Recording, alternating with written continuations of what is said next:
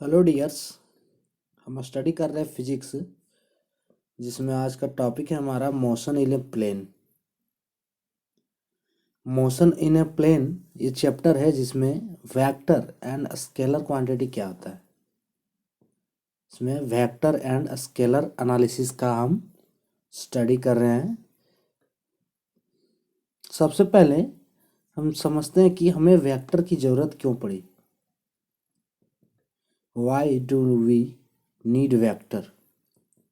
हमें वेक्टर की क्या आवश्यकता पड़ी या फिर इसकी रिक्वायरमेंट क्यों है वेक्टर की।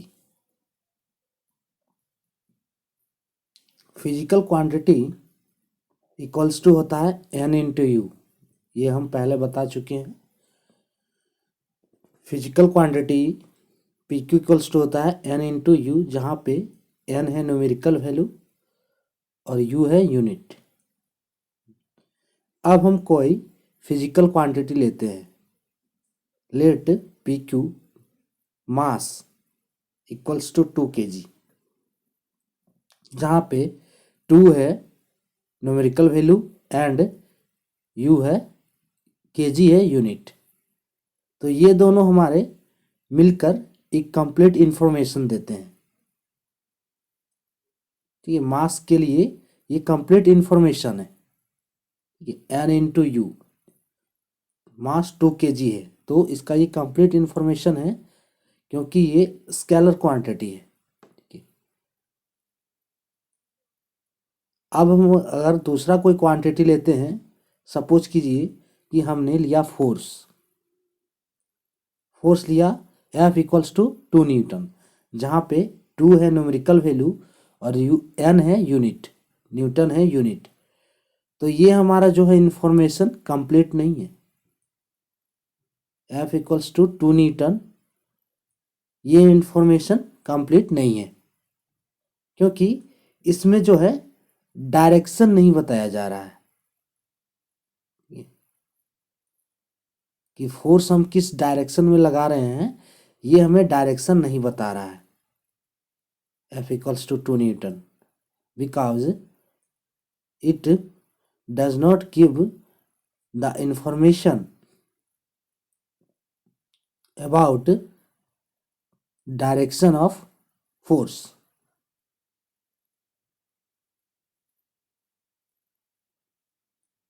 इसमें जो ये डायरेक्शन नहीं बता रहा है कि फोर्स किस डायरेक्शन में लगाया जा रहा है। That is F equals to 2 N, जो हमारा F इक्वल्स टू 2 N, वह किस डायरेक्शन में एक्ट कर रहा है, is acting in which direction. तो इस डायरेक्शन को पता करने के लिए हमें जो है वेक्टर की आवश्यकता पड़ी। यहाँ पे हमें वेक्टर की ज़रूरत पड़ेगी कि ये हमें बताता है कि जो है फोर्स किस डायरेक्शन में एक्ट करेगा, या कोई भी अगर वेक्टर क्वांटिटी है तो उसकी डायरेक्शन हमें जो है वेक्टर बताता है। अब समझते हैं वेक्टर के बारे में, वेक्टर क्वांटिटी। तो वेक्टर क्वांटिटी क्या होता है? वेक्टर क्वांटिटी ऐसा है जिसमें सबसे पहले उसका न्यूमेरिकल वैल्यू होता है। न्यूमेरिकल वैल्यू तो सभी क्वांटिटी में होता है। तो यहाँ पे देखिए वेक्टर क्वांटिटी फर्स्ट है, इसका न्यूमेरिकल वैल्यू होता है और इसके पास डायरेक्शन होता है। वेक्टर क्वांटिटी होता है, उसमें डायरेक्शन होता है। और एक इम्पॉर्टेंट थिंग है कि यह वेक्टर लॉ ऑफ एडिशन को फॉलो करता है। Of a vector law of addition, ठीक है। और ये vector law of addition depend करता है एंगल पे। कैसे डिपेंड करता है वो आगे बताएंगे हम। इसके 3 कंडीशंस हैं। इसके न्यूमेरिकल वैल्यू होते हैं, डायरेक्शन होता है इसमें, और ये वेक्टर लॉ ऑफ एडिशन को ऑबे करता है। सपोज कीजिए एक क्वांटिटी हमने लिया 4 मीटर, फिर एक क्वांटिटी लिया है 3 मीटर। तो इसे ऐड करेंगे तो ये कितना हो जाएगा, डिस्प्लेसमेंट ये हमारा है, तो ये डिस्प्लेसमेंट कितना हो जाएगा, 4 + 3 मीटर, ये हो जाएगा 7 मीटर। ठीक है, वेक्टर क्वांटिटी के डिफरेंट एंगल पर डिफरेंट रिजल्ट होते हैं। ठीक है, तो यहाँ पे देखिए 7 मीटर हो गया, 4 मीटर + 3 मीटर। अब अगर डिस्प्लेसमेंट हम लेते हैं 4 मीटर और अगर इसके ऑपोजिट डायरेक्शन में फिर हम रिटर्न जाते हैं 3 मीटर।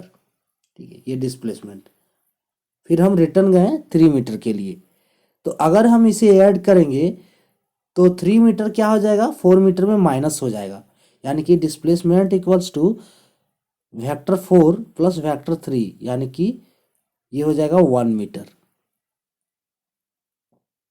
ठीक है, वेक्टर 4 + 3 मतलब 4 मीटर + 3 मीटर को हमने ऐड किया। अब हम 4 मीटर फिर डिस्प्लेसमेंट लिए और उसके परपेंडिकुलर हम गए 3 मीटर। ठीक है, पहले 4 मीटर गए फिर उसके परपेंडिकुलर 3 मीटर, तो ये हमारा डिस्प्लेसमेंट क्या हो गया, ये राइट एंगल बन गया हमारा ट्रायंगल, और इस कारण हमारा जो डिस्प्लेसमेंट इसका क्या हो जाएगा, राइट एंगल ट्रायंगल से हम जानते हैं कि 4 मीटर और 3 मीटर को ऐड करेंगे तो ये हो जाएगा 5 मीटर। तो ये अगर सिंपल अलजेब्रिक सम रहता तो इसके रिजल्ट डिफरेंट नहीं आते। ठीक है, ये हमें बता रहा है कि ये वेक्टर सम है जो एंगल पे डिपेंड कर रहा है। This are added according to vector law of addition. ये जो हमने ऐड किया, ठीक है, 4 मीटर और 3 मीटर को 3 तरह से जो ऐड किया हमने, और भी डिफरेंट टाइप ऐड करने के डिफरेंट एंगल पे डिफरेंट वैल्यू होंगे, क्योंकि ये एंगल पे डिपेंड कर रहा है। ठीक है, सो ये हो गया वेक्टर सम। ठीक है, वेक्टर लॉ ऑफ एडिशन। तो वेक्टर के लिए एग्जांपल्स हमारा है डिस्प्लेसमेंट, वेलोसिटी, फोर्स, एक्सेलरेशन, ये सब हमारे वेक्टर्स हैं। ठीक है, इसमें डायरेक्शंस होते हैं इस क्वांटिटी में, और ये वेक्टर लॉ ऑफ एडिशन को ओबे करते हैं, वेक्टर लॉ ऑफ एडिशन को फॉलो करते हैं। अब है स्केलर क्वांटिटी। स्केलर क्वांटिटी क्या होता है, स्केलर क्वांटिटी में सिर्फ न्यूमेरिकल वैल्यू होता है, इसमें सिर्फ न्यूमेरिकल वैल्यू होता है, और ये सिंपल अलजेब्रिक सम को फॉलो करता है, ऑर्डिनरी रूल ऑफ अलजेब्रिक सम को फॉलो करता है, इसका कोई डायरेक्शन नहीं होता है। So numerical value only. और नेक्स्ट क्या है, added according to ordinary rule of algebra. जो सिंपल जो रूल है जोड़ने का, उसी के अनुसार इसकी एडिशन की जाती है, इसकी जोड़ की जाती है। एग्जाम्पल के लिए मास, ये हमारे स्केलर क्वांटिटी है, डिस्टेंस, स्पीड, टेम्परेचर, एनर्जी, ऐसे बहुत सारे क्वांटिटी है, ये सब हमारे एग्जाम्पल्स हैं जो स्केलर क्वांटिटी है। तो ये हो गया वेक्टर एंड स्केलर। ठीक है, या फिर उसमें डिफरेंस भी आप बोल सकते हैं। अब नोट में कुछ देखना है कि नोट में क्या लिखना है, all vector quantities have direction but all quantities that have direction are not vectors. ठीक है, वेक्टर्स के जितने क्वांटिटी हैं उसमें सभी क्वांटिटी में डायरेक्शंस होता है, लेकिन ऐसा नहीं कह सकते हैं कि जिस क्वांटिटी में डायरेक्शंस है वह वेक्टर ही होगा। ठीक है, क्योंकि वेक्टर होने के लिए वेक्टर लॉ ऑफ एडिशन को फॉलो करना बहुत ही इंपॉर्टेंट है, बहुत ही जरूरी है, तभी उसे हम वेक्टर कर सकते हैं। All vector quantities have direction but all quantities that have direction are not vectors. ऐसा क्यों? क्योंकि अगर डायरेक्शन से और वह वेक्टर लॉ ऑफ एडिशन को फॉलो नहीं कर रहा है तो वह वेक्टर नहीं है। इसके वेक्टर होने का जो एक कंडीशन है वह शुड ओबे वेक्टर लॉ ऑफ एडिशन। इसका एक एग्जांपल देखिए, करंट। ठीक है, करंट के पास डायरेक्शन होता है लेकिन ये वेक्टर लॉ ऑफ एडिशन को फॉलो नहीं करता है। मान लीजिए इधर से दोनों ओर से, एक ओर से हमारा 5 ईयर का करंट जा रहा है और एक ओर से 4 ईयर करंट जा रहा है, तो इसका ये रिजल्टेंट जो होगा वो होगा 9 एम्पियर। तो 9 एम्पियर क्या है? ये सिंपल अलजेब्रिक सम है, ये वेक्टर सम नहीं है, ये वेक्टर लॉ ऑफ एडिशन को फॉलो नहीं करता। अगर एक और लूप लेते हैं तो जिसमें एक 2 एम्पियर करंट जा रहा है, फिर 3 एम्पियर करंट जा रहा है, तो ये सिंपली ऐड हो जाएगा और इसका रिजल्टेंट होगा 5 एम्पियर। तो ये क्या बता रहा है? सिंपल अलजेब्रिक सम हो रहा है इसमें। ठीक है, सो करंट हमारा क्या है? एक तरफ से वेक्टर क्वांटिटी नहीं है ये हमारा, it does not follow vector law of addition. ये वेक्टर लॉ ऑफ एडिशन को फॉलो नहीं करता है।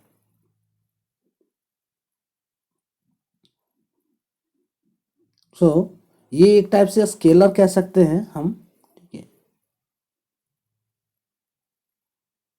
It is scalar quantity. ये वेक्टर क्वांटिटी नहीं है क्योंकि ये वेक्टर लॉ ऑफ एडिशन को फॉलो नहीं करता है। अब हम देखते हैं रिप्रेजेंटेशन ऑफ वेक्टर्स। वेक्टर को कैसे रिप्रेजेंट करते हैं? सो वेक्टर को रिप्रेजेंट किया जाता है एरो के द्वारा। रिप्रेजेंटेशन ऑफ वेक्टर, ये हमारा रिप्रेजेंटेशन है वेक्टर का। ये जो एरो है ये हमें वेक्टर रिप्रेजेंट करता है, जिसमें एक और हमारा है टेल और ये है हेड। हेड रिप्रेजेंट करता है डायरेक्शन, हेड रिप्रेजेंट करता है डायरेक्शन।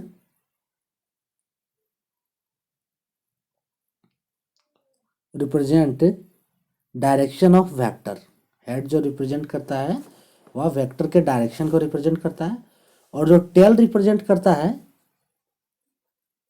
वह मैग्नीट्यूड को रिप्रेजेंट करता है, वेक्टर्स के मैग्नीट्यूड को रिप्रेजेंट करता है टेल।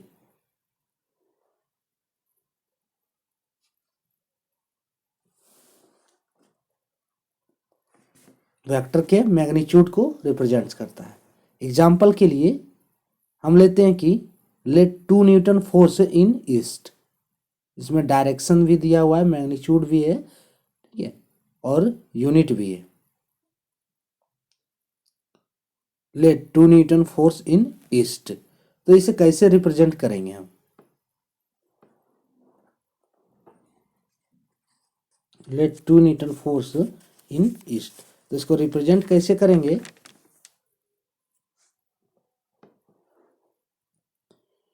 देखिए स्केल में तो 2 न्यूटन नहीं दिया रहेगा। ठीक है, स्केल में क्या है? 2 न्यूटन नहीं दिया रहेगा। In the scale is not given, in the scale Newton is not given. ठीक है, न्यूटन नॉट गिवन, तो हम मान लेते हैं कि 1 cm इक्वल्स टू 1 न्यूटन है, तो उसी तरह हो जाएगा 2 cm इक्वल्स टू 2 न्यूटन, है ना। तो ये हमारा जो एरो हो गया ये वेक्टर का रिप्रेजेंटेशन हो गया, और 2 cm, और किधर लग रहा है? ईस्ट में। ठीक है, यानी कि इक्वल्स टू 2 न्यूटन, और F equals to 2 newton east, ये हमारा हो गया वेक्टर का रिप्रेजेंटेशन। अब इसमें 2 cm ईस्ट जो एरो ऊपर दिया गया है ये हो गया, ये एरो रिप्रेजेंट करेगा कि यह एक वेक्टर क्वांटिटी है।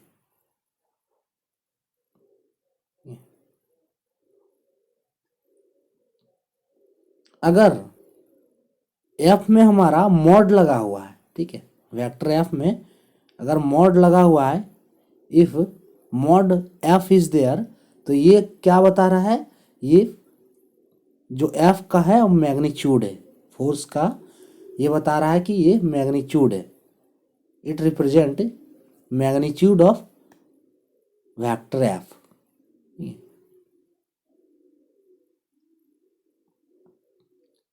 यह मैग्नीट्यूड को रिप्रेजेंट कर रहा है कि कितना फोर्स है, उसे रिप्रेजेंट करता है मॉड, अगर मॉड लगा हुआ है तो। अगर सिर्फ वेक्टर एफ लिखा हुआ है, ठीक है, इफ वेक्टर एफ जो है,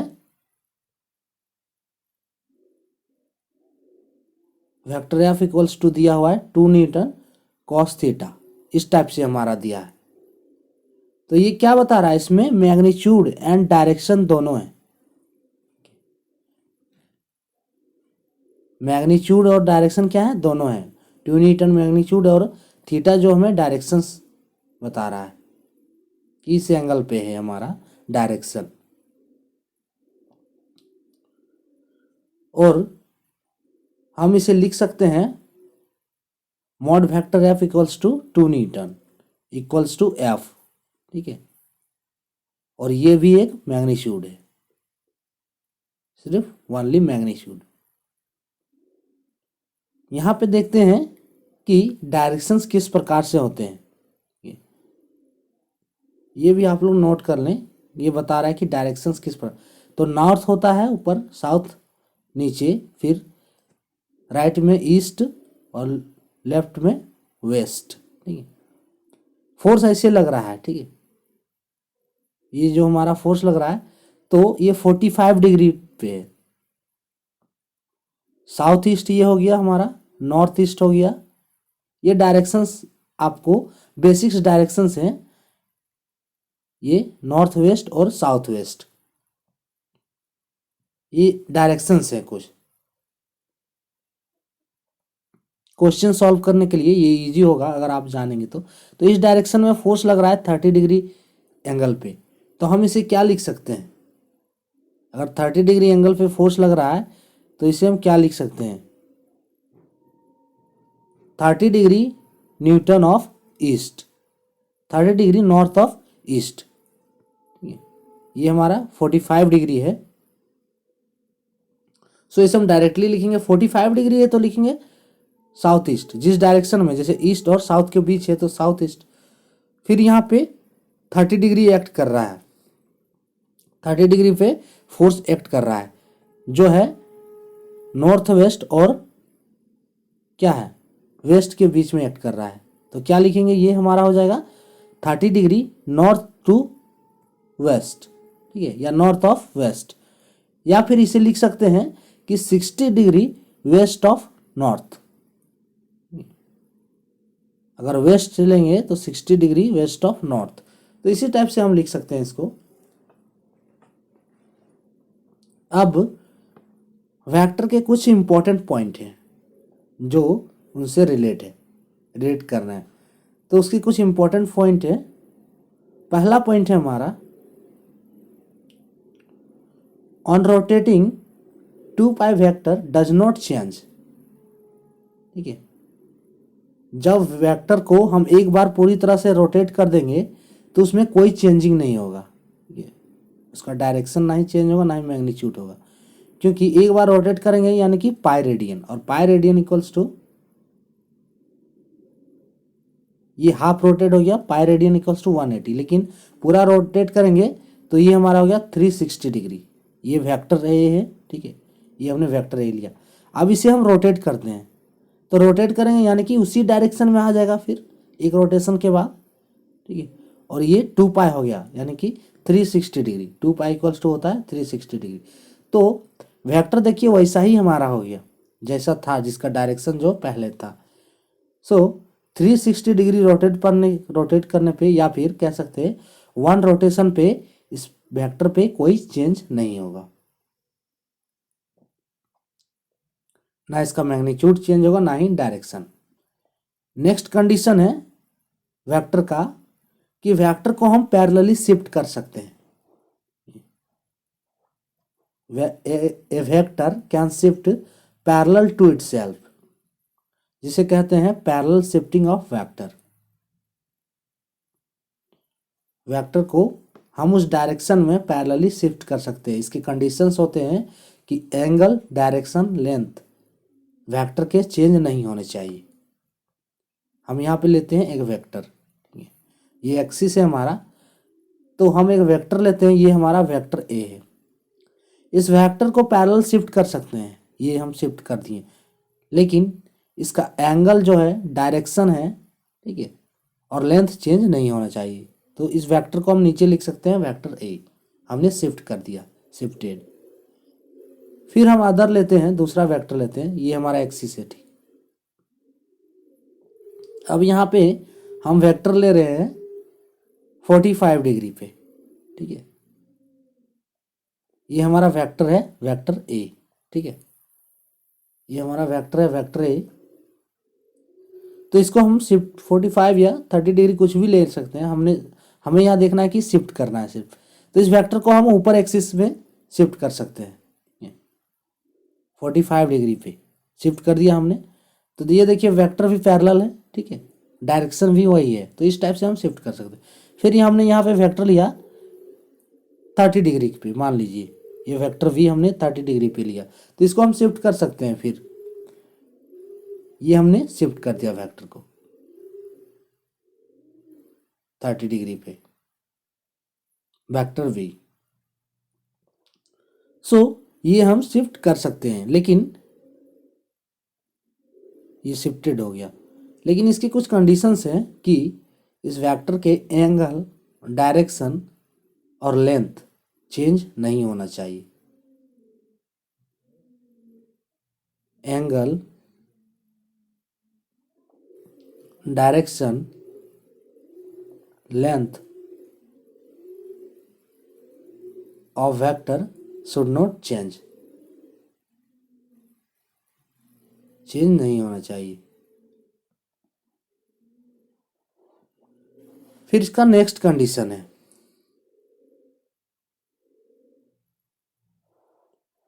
जो वेक्टर के बीच का एंगल है, दो वेक्टर के बीच का जो एंगल है, तो वो हम कौन सा एंगल लेंगे? स्मॉलर एंगल लेंगे, ठीक है। The angle between two vectors is smaller to the two angle between the vectors when they are joint tail to tail, ठीक है। हम उसी एंगल को लेंगे, उसी स्मॉल एंगल को लेंगे जो टेल टू टेल ज्वाइन करेगा दो वेक्टर्स को। ये कंडीशंस काम आएगा न्यूमेरिकल्स को सॉल्व करने समय।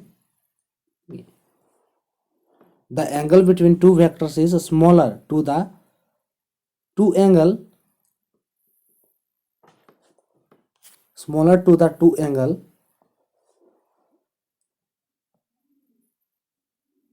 the angle between the two vectors is smaller to the two angle between the vectors when they are joined tail to tail. It lies between 0 degree less than equals to theta less than equals to 180 degree, ठीक है। ये जो angle रहेगा वह 0 से अधिक और 180 से कम रहेगा। ये हमने दो वेक्टर्स लिए, vector A and vector B. तो सपोज कि ये 120 है, तो ये कितना एंगल हो जाएगा? 120 है तो यानी कि पूरा हो गया 360, पूरा अगर 360 हो गया तो ये हो जाएगा 240 हो जाएगा, 240 हो जाएगा। तो हम कौन सा लेंगे? स्मॉल एंगल को कंसीडर करेंगे। थीटा इक्वल्स टू जो हमारा होगा वह होगा 120 डिग्री। इस एंगल को हम कंसीडर करते हुए सॉल्व करेंगे। तो ये हो गया हमारा introduction, complete introduction of vector and scalar quantity, यानी कि वेक्टर एनालिसिस का ये कंप्लीट हमारा जो है इंट्रोडक्शन हो गया। ये आगे हम देखेंगे टाइप्स ऑफ वेक्टर्स और उसके बारे में डिटेल्स देखेंगे बहुत सारे। तो ये था हमारा आज का टॉपिक, वेक्टर और scalar quantity, motion in a plane का। तो आज के टॉपिक में इतना ही। Thanks for watching.